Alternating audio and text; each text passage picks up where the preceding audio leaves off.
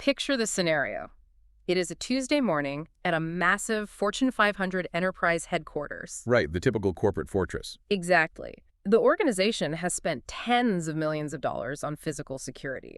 We're talking retinal scanners at the elevators, badge access gates at every single entrance, 24/7 armed guards patrolling the perimeter. Don't forget, the reinforced concrete bollards protecting the lobby. Yeah, exactly. So you feel safe.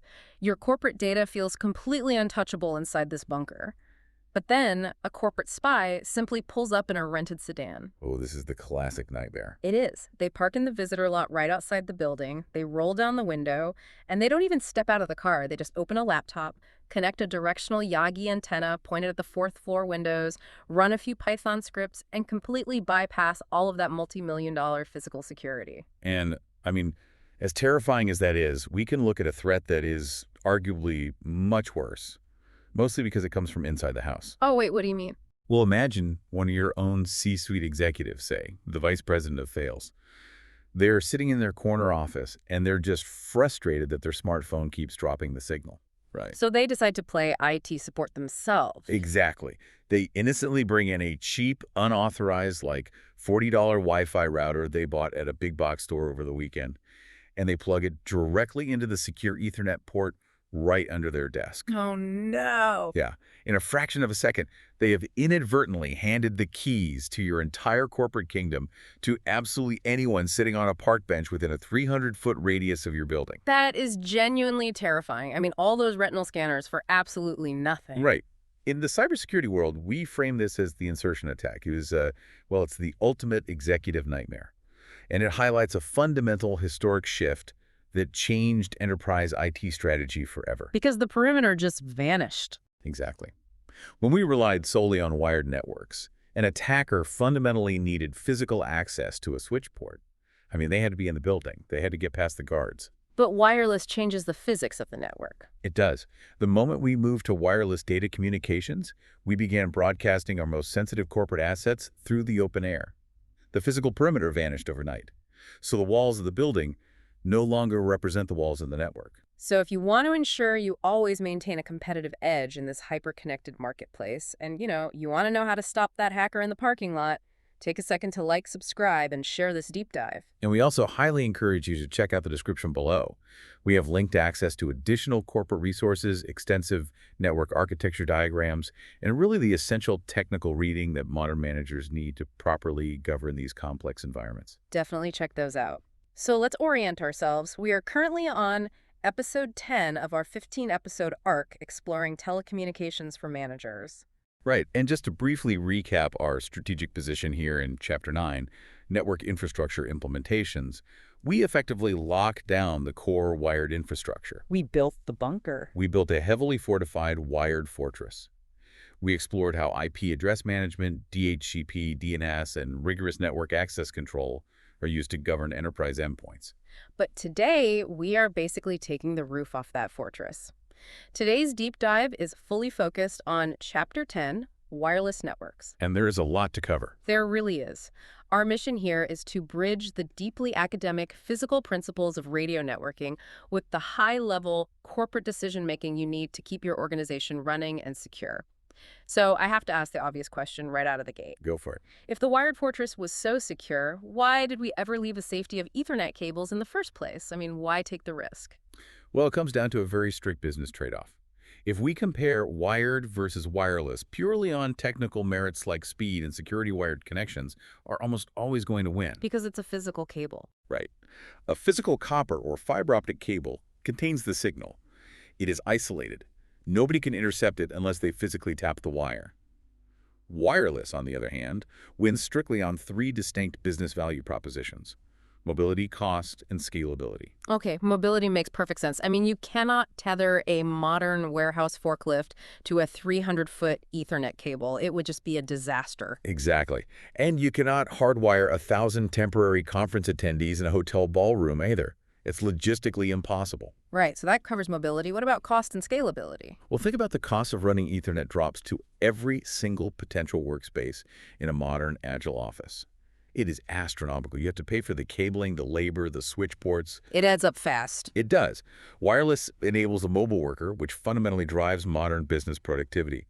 It allows an organization to scale its headcount in a physical space without, ripping open the drywall every time a new desk is added. Yeah. But getting to that level of productivity wasn't exactly a sudden leap. I mean, the evolution of the IE 802.1 family of standards, which is just the generic engineering name for what the consumer market calls Wi-Fi, it's honestly staggering when you look at the timeline. It really is a massive technological jump. I mean, Yeah. the original 802.01 standard was approved back in 1997, and it offered a maximum throughput of just 2 megabits per second. 2 megabits. Wow! That is practically dial-up speed. I cannot even imagine trying to run a modern Zoom call on 2 megabits per second. Well, you couldn't. It would instantly freeze. Yeah. But then in 1999, we saw the introduction of 2 diverging paths, which really set the stage for how we manage wireless today. We got 802.11b and 802.11a. So they came out at the same time? Roughly, yeah. 802.11b operated in the 2.4 gigahertz frequency band and gave us 11 megabits per second. It became the legacy standard most people first adopted. Why did people adopt that one first if the other one was available? Simply because the hardware was significantly cheaper to manufacture at 2.4 gigahertz. But 802.11a, which was approved around the exact same time, operated on the 5 gigahertz band. And it offered a massive leap to 54 megabits per second. Okay, I want to stop right there because I am looking at these numbers in the source material and my brain is struggling with the physics of it. It's a lot of math, for sure. Right, so how did 802.11a jump from 11 megabits all the way to 54 megabits just by changing the frequency? The sources mention it used something called OFDM, orthogonal frequency division multiplexing. What actually is that? Okay, so to understand OFDM, we first have to understand the problem it solved, which is interference. In the early days of radio transmission, if you sent data really fast over a single wide radio channel, the signal would bounce off walls and desks. And those bounces cause problems. Huge problems. The bounced signals would collide with the new signals you were sending right behind them. It caused massive data corruption. This is called intersymbol interference. So it's kind of like trying to talk really fast in an echoey cave. Your own voice bouncing back drowns out your next words. That is a perfect way to visualize it. So OFDM took a completely different approach to fix that. Instead of using one big, wide channel to send a single, extremely fast stream of data, OFDM chops that wide channel up. Chops it up into what? Into dozens of tiny, narrow subchannels. It then sends data across all those subchannels simultaneously, but at a much slower rate. Wait, if the data on the subchannels is moving slower, how does the overall speed jump to 54 megabits per second? Because you are sending so many streams at once. Think of it like a highway. Okay, I'm picturing a highway. The old way was a single-lane road with a speed limit of 100 miles per hour. But cars kept crashing into each other. OFDM is like building a 50-lane highway, but capping the speed limit at 20 miles per hour. Oh, I see. Right. Individually, the cars are moving slower, but the total volume of traffic arriving at the destination every second is vastly higher. That makes so much sense. But what does the orthogonal part mean? I remember from high school geometry that orthogonal means like at right angles. How does that apply to radio waves? Yeah, it is a mathematical concept applied to physics here. If you pack 50 lanes of traffic closely together, you risk them drifting into each other's lanes, right? That's crosstalk. Right. But in OFDM, the radio frequencies of these subchannels are mathematically synchronized so that the peak of one radio wave perfectly aligns with the 0 point, or the trough, of the adjacent radio waves. Oh, wow. Because they are orthogonal to each other in that mathematical sense, they do not interfere. They can be packed incredibly densely without crosstalk. That is brilliant engineering, but 802.11a didn't completely take over the market, right? Because 5 gigahertz signals don't penetrate physical walls as well as the 2.4 gigahertz B standard. Exactly. It's just physics. The higher the frequency, the shorter the wavelength. And shorter wavelengths struggle to push through solid matter. So in 2003, the industry essentially combined the best of both worlds with 802.1 burned. So G was the compromise. Yeah. It offered the 54 megabits per second of OFDM, but pushed it back down onto the more wall-penetrating 2.4 gigahertz band. Okay, but those are the legacy days. Where we are now in the modern enterprise is a whole different universe of speed. A completely different universe. Right, because we moved to 802.11n in 2009, jumping up to 600 megabits per second, then 802.11c in 2014, hitting 1300 megabits per second at 5 gigahertz, and now the absolute beast 802.11x, which the consumer market calls Wi-Fi 6. The current heavy hitter. Yeah, the sources say we are talking up to 10,000 megabits per second, operating across 2.45, and the newly opened 6 gigahertz bands. I read that and immediately thought, how are we squeezing 10,000 megabits out of thin air? I mean, it cannot just be better antennas. No, it's not. It requires absolute mathematical wizardry, specifically a modulation technology called QAM, quadrature amplitude modulation. QAM. Yeah, I tried to unpack this from the sources. Is this essentially combining different types of radio manipulation to pack more data into a single wave? Yes, that's a good way to phrase it. A radio wave has two main properties you can alter to encode data. It's amplitude, which is basically how tall the wave is, and it's phase, which is where the wave starts its cycle. Okay, height and starting point. Right. Now, early Wi-Fi might alter just the phase to send a 1 or a 0, but QAM alters both the amplitude and the phase simultaneously. So instead of just a 1 or a 0, you get multiple combinations. Think of it like a painter's palette. Yeah. If you only have black and white, you can only convey simple information. That is basic modulation. QAM is like introducing primary colors and different brushstroke sizes. So you can paint a much more detailed picture. Suddenly, you can convey a lot more information on the exact same canvas. As the Wi-Fi standards evolved, the density of that modulation increased exponentially. So 802.11 AC used 256 QAM. Meaning 256 different combinations of wave height and starting point. Exactly. And the new 802.11x standard uses 124 QAM. It is packing 124 distinct points of data into the exact same radio wave pulse. You are making microscopic, infinitely precise adjustments to the radio wave to pack more bits of data into every single transmission. I have to ask, though, and I'm sure a lot of IT directors and managers listening are wondering the exact same thing. If 802.11nx gives us 10,000 megabits per second, why doesn't every corporate IT department just buy AX routers, plug them in everywhere, and never worry about network speed again? Just throw money at the problem. Because raw bandwidth is only half the story. What's the other half? The other half is how the access point actually talks to multiple devices simultaneously. If you have a gigabit of bandwidth but the router can only talk to one smartphone at a time, everyone else is waiting in line. This brings us to MIMO multiple input, multiple output. Okay, I want to try an analogy here because the sources mention MIMO uses multiple antennas and something called multipath propagation to send distinct spatial streams.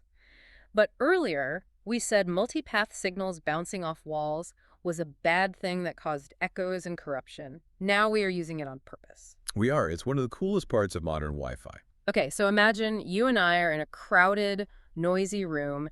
Standard Wi-Fi is like me standing in the center of the room, shouting a sentence at you, and you trying to hear it over the noise. It is slow and prone to error. Right. Very inefficient. But MIMO is like me suddenly developing two distinct mouths and you developing two distinct ears. I point one mouth at the left wall and speak half the sentence. I point the other mouth at the right wall and speak the other half. I love where this is going. The sound bounces off the walls, multipath propagation, and arrives at your two distinct ears at slightly different times. Your brain is smart enough to take those two distinct audio streams, process them simultaneously, and reassemble the full sentence twice as fast. Does that track? That is an incredibly vivid and accurate way to describe spatial multiplexing. MIMO literally takes the physical environment, the walls, the desks, the floor, and uses them as distinct bounce paths to send separate streams of data on the exact same frequency at the exact same time. It turns the obstacle into the highway. That is so cool. And what about MU-MIMO, multi-user MIMO? That takes your analogy one step further. It is you using your two mouths to bounce a message off the left wall to me, while simultaneously bouncing an entirely different message off the right wall to a third person in the room. Oh. Yeah. The access point is talking to entirely different devices at the exact same microsecond, rather than rapidly switching its attention back and forth between them. So if we connect this to the bigger picture of enterprise management, just throwing capital expenditure at the newest AX standard without understanding user density is a massive wasted investment. A completely wasted investment. A standard must align with the specific business application. An accounting office where 50 people are sending basic text emails has vastly different hardware requirements than a structural engineering firm, where 50 people are running simultaneous 4K video conferences and wirelessly transferring massive gigabyte-sized CAD files. Right. The engineering firm needs dense MU-MIMO architecture. The accounting firm might just need solid coverage. Which brings us to the actual physical reality of radio frequency design. Okay. Because the air around us isn't empty. When an architect designs an office, they are inadvertently designing an obstacle course for the IT department. It is a harsh, hostile environment for data, truly. First, we have basic attenuation. As the distance from a wireless access point increases, RF signals naturally begin losing strength. The energy of the wave dissipates. Like a ripple in a pond. Exactly.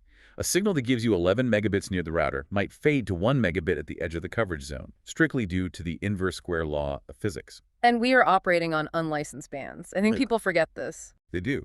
The FCC designates certain frequencies as ISM bands industrial, scientific, and medical. The 2.4 and 5 gigahertz bands are unlicensed, meaning anyone can build a device that uses them without asking the government for a specific broadcast license. So it's basically a free-for-all. It is. Because of that, your corporate Wi-Fi is fighting for airtime against an incredible amount of interference.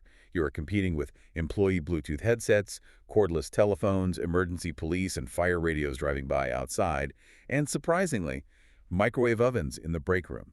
The microwave oven thing always fascinated me. Why does a microwave disrupt 2.4 gigahertz Wi-Fi? Because microwave ovens literally use the 2.4 gigahertz frequency to cook food. That specific frequency is highly effective at agitating water molecules to create heat. So it's the exact same frequency. The exact same. A microwave is basically a massive, localized 2.4 gigahertz radio jammer. If the shielding on the microwave door isn't perfect, it bleeds RF noise directly into your Wi-Fi channels. That is wild. And it leads perfectly into something I found totally counterintuitive in the sources regarding attenuation and stationary objects. Oh, the paper versus metal thing? Yes. We all know metal blocks Wi-Fi. Absorption by metal boxes. Things like HVAC units, large vault safes, or metal office partitions, that makes intuitive sense. Metal reflects or absorbs radio waves. Sure, everyone expects that. But the sources highlight that a stack of paper has a higher degree of attenuation than glass, marble, or even wire mesh embedded in glass. I read that and had to reread it. A cardboard box full of old tax records blocks Wi-Fi better than a solid marble pillar. How is that possible? It comes back to the exact physics we just discussed with the microwave oven. Paper is incredibly dense when stacked, and more importantly, organic paper pulp retains a significant amount of moisture from the ambient humidity in the air. Oh, the water molecules. Exactly. Yeah. Because water is exceptional at absorbing the 2.4 gigahertz frequency. A dense library archive, a room full of filing cabinets, or a warehouse full of cardboard boxes acts like a massive, dense sponge for your Wi-Fi signal. That is crazy. But marble, on the other hand, while extremely heavy and hard, is structurally crystalline and very dry. That allows the radio waves to pass through with surprisingly less resistance. I would never have thought to factor in the humidity of cardboard when designing a network. Are there any other modern building materials that blindside IT managers? The biggest culprit in modern corporate real estate is AED-certified low-E glass. High-end, energy-efficient office buildings use glass coated with a microscopic metallic film. To keep the heat out, right. Right.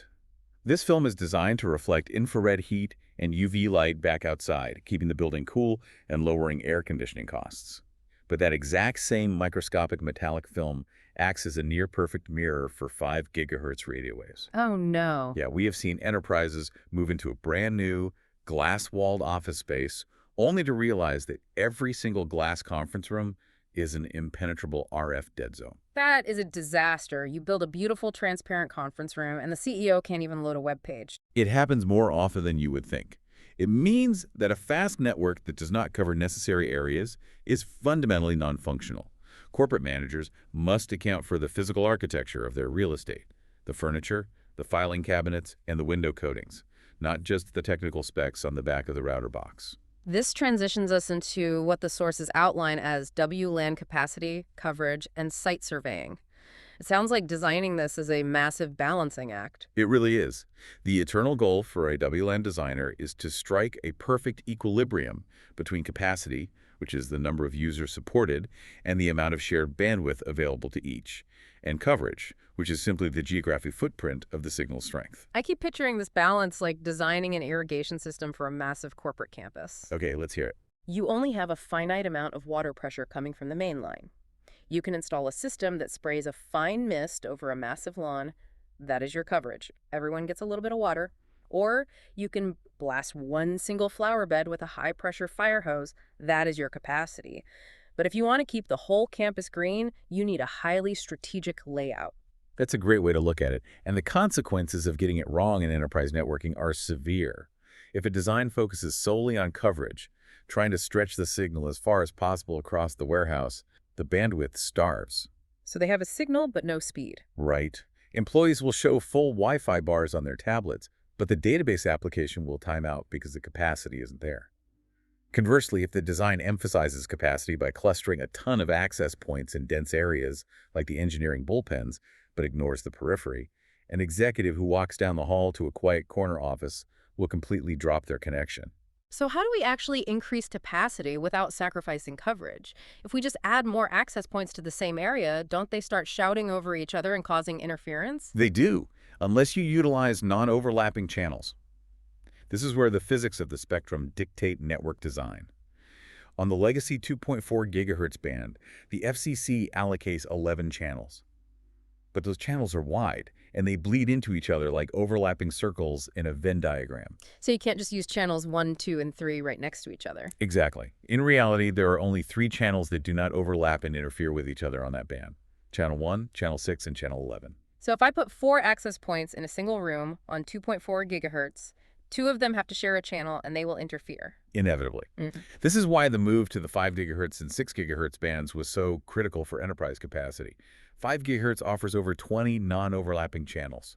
You can densely pack access points into an auditorium without them stepping on each other's toes. The sources also mention a concept called bonding to increase throughput. What is channel bonding? Channel bonding is exactly what it sounds like.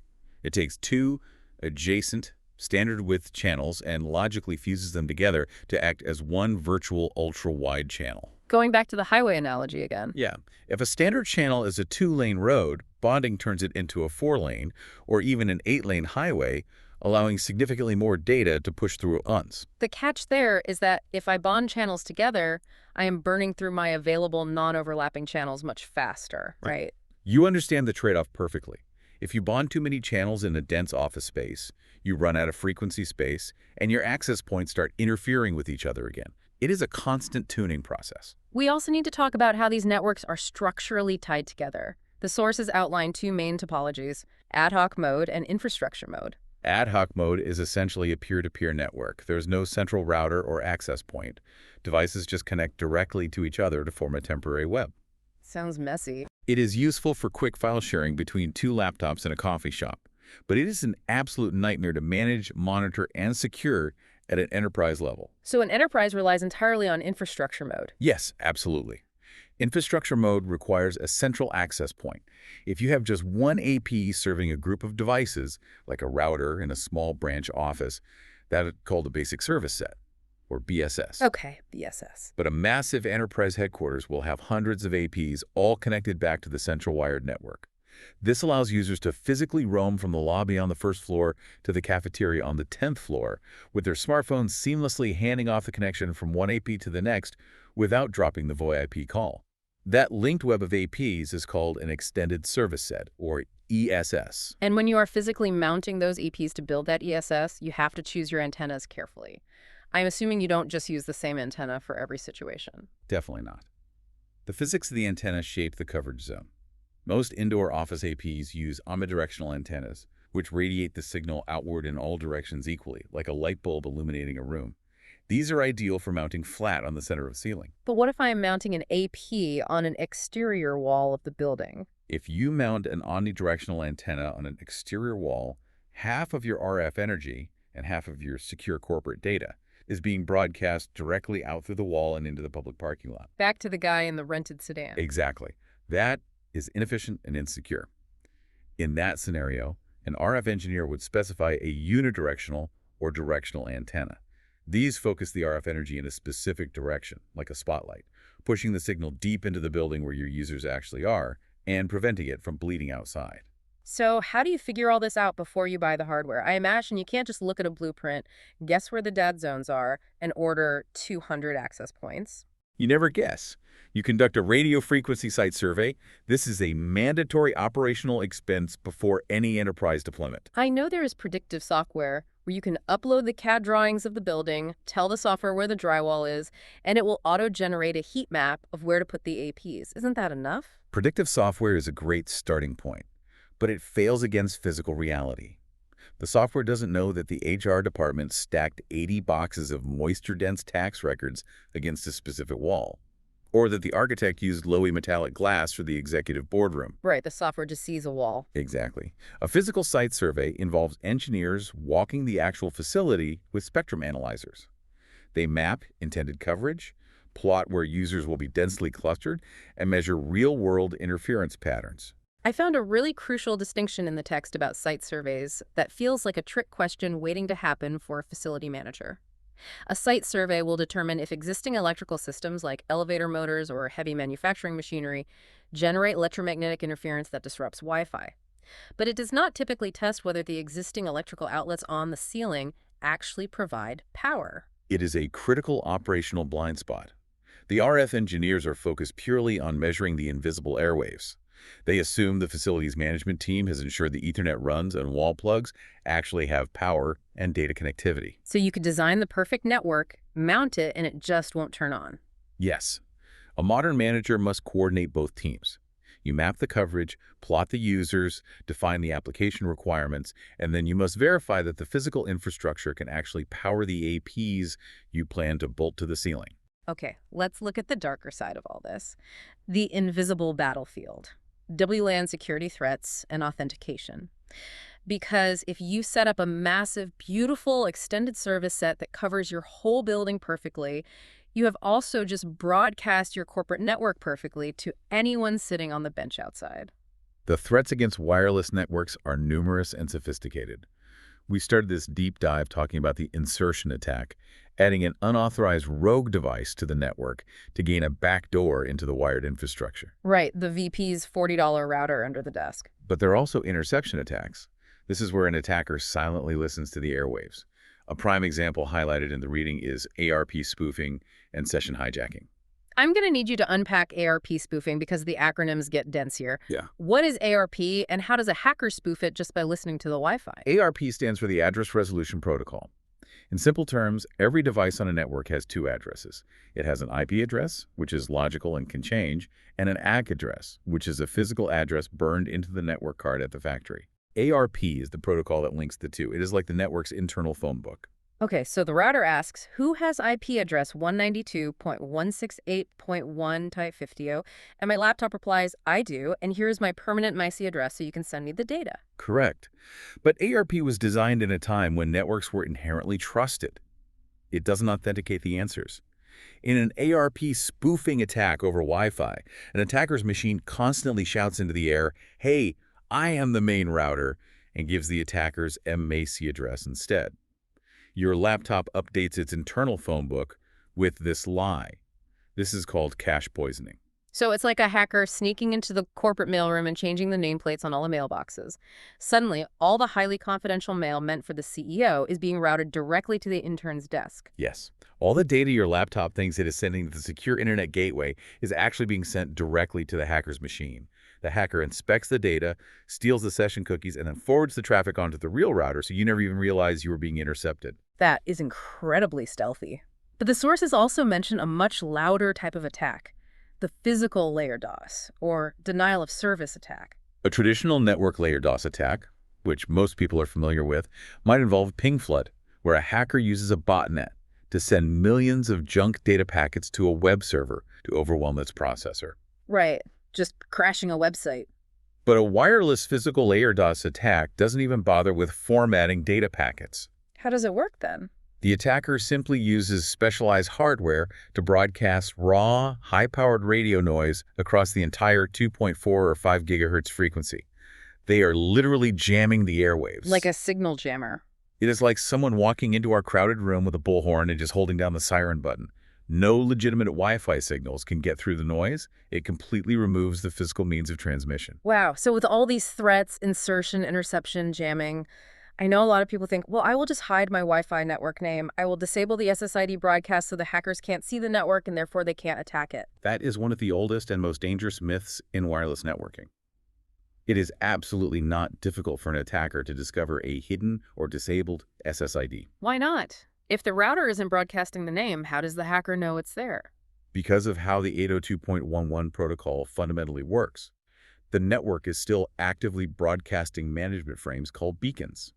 Furthermore, when your laptop or smartphone wants to connect to that hidden network, your device literally yells the name of the network into the open air. It does. Yeah, it sends out a probe request saying, "Is hidden corporate network 5 anywhere around here?" Ah, so the client device gives away the secret just by trying to find it. Precisely.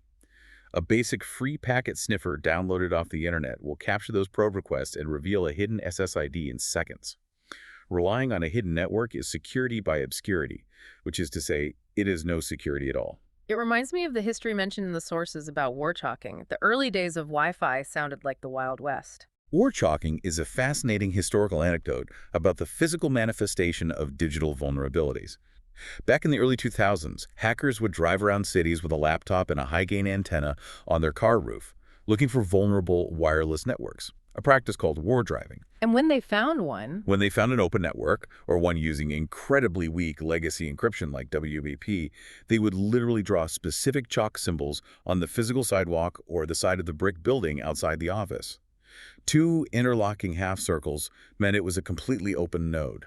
A circle with a W inside meant it used weak WEP encryption. it was the digital equivalent of hobo signs from the Great Depression, letting other transients know where to find a free meal, or in this case, free bandwidth or an easy corporate target. Exactly. It visualized the invisible perimeter breach. So the era of open networks and chalk on the sidewalk is over for enterprises. How do modern organizations actually secure the perimeter when there are no physical walls? We rely on a robust framework called IEE 802.1x. The original 802.1 and standards defined basic authentication methods like Open System Authentication, or OSA, and Shared Key Authentication, SKA. But they were woefully inadequate for the enterprise. Too basic. Way too basic. The 802.1x standard was incorporated to provide rigorous, centralized, port-based authentication of wireless users and stations. I want to walk through exactly how this 802.1x process works because the mechanics are brilliant. Let's compare the access point to a bouncer at a highly exclusive corporate nightclub. I like this. Let's follow that analogy. So your laptop, the wireless station, walks up to the club and says, I want to come in. It transmits what the protocol calls an EAP start frame. The bouncer, which is the access point, stops you and says, who are you? It replies with an EAP request identity frame. That is the initial handshake, yes. Your laptop then hands over its ID. It sends an EAP response frame containing its identity information. Now, here is the crucial part that blew my mind. The bouncer does not make the decision. The bouncer holds you in the lobby, locks the inner doors to the club, and blocks all your network traffic. They take your ID, encapsulate it, and walk it back to the club manager, sitting in a secure back office. And that club manager in the back office is the AAA server authentication, authorization, and accounting. In most corporate environments, this is a Radius server. So the Radius server is the brains. The Radius server is the actual brain of the security operation. The access point is just a dumb enforcer at the door. The Radius server takes that identity information and mathematically verifies it against the central corporate database, like Active Directory. So the manager looks at the ID, checks the VIP list, and then radios the bouncer at the door with either a thumbs up or a thumbs down. In protocol terms, an accept or reject frame. Exactly. If it is an accept, the bouncer unblocks the port, the inner doors open, and you are allowed on the network. If it's a reject, the bouncer locks your port in an EAP-only status, and you are stuck in the lobby forever. You cannot pass traffic. The analogy holds up very well. And the overarching protocol they're using to communicate this identity back and forth is EAP, the Extensible Authentication Protocol. But a critical takeaway for managers is that not all EAP types are created equal. The sources break down a few of these. Why would a manager choose one over the other? It is about balancing security overhead with risk. You have MD5, which is an older EAP type. It is considered low security today because it only offers one-way authentication. The network checks the user's credentials, but the user's device doesn't mathematically verify that the network is authentic. Which leaves you vulnerable to that ARP spoofing or a fake access point in the parking lot. Right. Then you move up to PEEP and EAP TTLS. These offer high security because they utilize a secure, encrypted tunnel to pass the credentials, and they require mutual authentication. Meaning it works both ways. Yes. The network verifies you, and your device verifies the server, usually requiring a server-side digital certificate. Mutual authentication, meaning my laptop checks a digital signature to make absolutely sure it is talking to the real corporate Radius server, not a fake evil twin access point set up by the guy in the rented sedan. That is the defense against the parking lot hacker. And the gold standard, the highest security level available, is EAP-TLS. This requires both client and server digital certificates. There are no passwords to type in, and therefore no passwords to steal. So it's completely seamless for the user, but highly secure. Exactly. The hardware mathematically verifies both parties before a single byte of normal data is transmitted. For an enterprise manager, security is no longer just handing out a complex Wi-Fi password. Corporate IT must rely on mutual authentication to protect the enterprise from impersonation. That covers authentication getting through the door. But we also have to protect the actual data as it flies through the open air. If authentication is checking the ID at the door, encryption is making sure that once you are inside the club, you are speaking a coded language that no one else can understand. And in cryptography, we generally deal with two main architectures to achieve that: symmetric and asymmetric encryption. Symmetric encryption is computationally straightforward.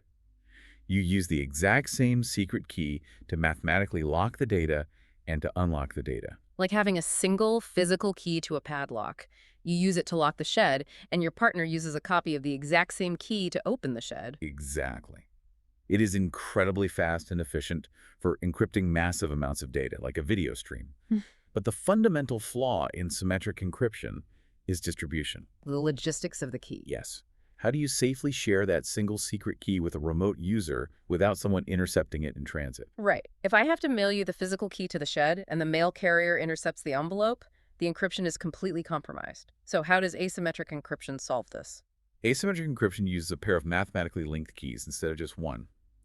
You generate a public key, which is used strictly to encode or encrypt the data, and a separate mathematically related private key, which is used strictly to decrypt it. I found the best way to visualize asymmetric encryption is an open padlock. You can manufacture 1 million copies of your open padlock, your public key, and hand them out to absolutely anyone. You can post the open padlock on your public website. Anyone can have it. Right. If someone wants to send you a highly confidential document over the Wi-Fi, they put the document in a steel box, snap your open padlock shut on it, and transmit it through the air. They encrypted it with your public key. But, and this is the magic of the math, even the person who snapped the padlock shut cannot unlock it once it clicks. The only way to open that box is with the single, unique physical key that you kept hidden in your pocket, your private key. That is the foundation of public key infrastructure. And to ensure that the open padlock actually belongs to the bank or the corporate headquarters and not an imposter, we use digital certificates and the concept of trust. How does the network establish that trust? Trust means that the keys are verified and digitally signed by a trusted third party known as a certificate authority. When your laptop connects to a secure Wi-Fi network, it checks that certificate authority to guarantee the public key is legitimate. And we have seen the application of these encryption standards evolve dramatically in Wi-Fi, right? Moving away from the older protocols. Yes, because cryptographic vulnerabilities are mercilessly exploited. We started with WEP, wired equivalent privacy. It relied on a static symmetric key, and the mathematical implementation was so flawed that a basic laptop could capture enough traffic to crack the key in under 3 minutes. Hence the chalk circles on the sidewalk. Yes. The industry eventually moved to WPA2, which served enterprises well for over a decade. WPA2 used advanced symmetric encryption called AES Advanced Encryption Standard. AES itself is still virtually uncrackable. But the vulnerability in WPA2 was the initial handshake, the way the device and the router agreed on the keys. What was broken in the WPA2 handshake? If an attacker sat in the parking lot and listened at the exact moment an executive's laptop connected to the Wi-Fi, they could capture the 4-way cryptographic handshake out of the air. They could then take that captured file home to a massive server farm and run millions of dictionary password guesses against it offline until they found the password that matched the mathematical hash. They didn't need to stay in the parking lot to guess the password. They could do it from anywhere. Correct. Which is why the current standard that any corporate manager must demand today is WPA3. How does WPA3 stop the dictionary attack? WPA3 introduces a completely new handshake protocol called SAE, simultaneous authentication of equals. It's sometimes referred to as the dragonfly key exchange. Yeah. Without getting too deep into the discrete logarithms, SAE fundamentally changes the math. It makes it harder to guess. It requires the attacker to actively interact with the router for every single password guess. They cannot capture the handshake and take it offline. And if they try to guess 1,000 passwords a second against the live router, the router instantly recognizes the brute force attack and locks them out. So it makes brute forcing mathematically and logistically impossible. Yes. Furthermore, WPA3 provides individualized data encryption even on open networks, mitigating the risk of someone intercepting your traffic at a public airport lounge. For a manager specifying hardware or signing off on an IT budget, demanding WPA3 encryption and robust EAP-TLS infrastructure is absolutely non-negotiable for mitigating enterprise risk today. You cannot compromise on these standards when the open airwaves are your corporate perimeter. Let's take a breath and synthesize all of this. We have covered a massive amount of ground today, from the physics of radio waves and the density of paper, all the way to asymmetric cryptography and radius servers. What is the ultimate managerial takeaway from all of this? The core strategic takeaway is this: wireless networks deliver unparalleled productivity, scalability, and mobility for your workforce. They are essential to modern business, but they fundamentally erase the physical perimeter of your organization. The walls don't matter anymore. You can no longer rely on concrete walls, locked doors, and security guards to protect your data. Managing this invisible perimeter requires a highly strategic approach. You must mandate strict physical RF site surveying to map your real-world environment. You must delicately balance capacity with coverage to ensure productivity doesn't stall when user density spikes. And you must deploy rigorous 802.1x mutual authentication coupled with WPA3 encryption. And if we tie this right back to the nightmare scenario we started with, that VP of sales innocently plugging a cheap, rogue Wi-Fi access point into the wall under their desk. With a properly configured 802.1x and EAP TLS framework in place, that rogue access point essentially becomes a useless plastic brick. Completely useless. Because the moment someone in the parking lot tries to connect through it, the radius server in the back office will demand a digital certificate, realize the rogue device doesn't have one, and slam the digital door shut. It rejects the connection immediately. The insertion attack fails. You secure the air by securing the identity of every single device trying to breathe it. Now, today, we untethered the local office. We explored how to build a robust and invisible network within the walls of your headquarters. We did. But what happens when you need to connect your headquarters in New York to a massive manufacturing plant in Tokyo? Securely, reliably, and instantly. That's the next piece of the puzzle. In Chapter 11, we are going to dive deeply into wide area networks, or WANs. We will focus heavily on how modern technologies like software-defined WAN S1 and Metro Ethernet services allow managers to orchestrate fast, scalable, and highly affordable multi-site business connectivity over massive geographic distances. That is going to be an incredible discussion. Once again, if you want to ensure you always maintain a competitive edge in this hyper-connected marketplace, take a second to like, subscribe, and share this deep dive. And please, check the description below. We have links to the resources, the architecture diagrams, and our comprehensive corporate IT playlists. We also highly encourage you to utilize this channel for continuous professional education. If today's security discussion sparked your interest in cyber defense, you should definitely review our Digital Forensics Deep Dive series and our Network and System Security series, both hosted right here on the channel. As wireless speeds surpass 10,000 megabits per second and our corporate airwaves become saturated with an endless stream of hyperconnected devices, ask yourself, is your organization managing its invisible airspace with the same rigor it applies to its physical real estate? Align the strategy, optimize the network. Until next time, keep your business connected, your assets visible, and your infrastructure secure.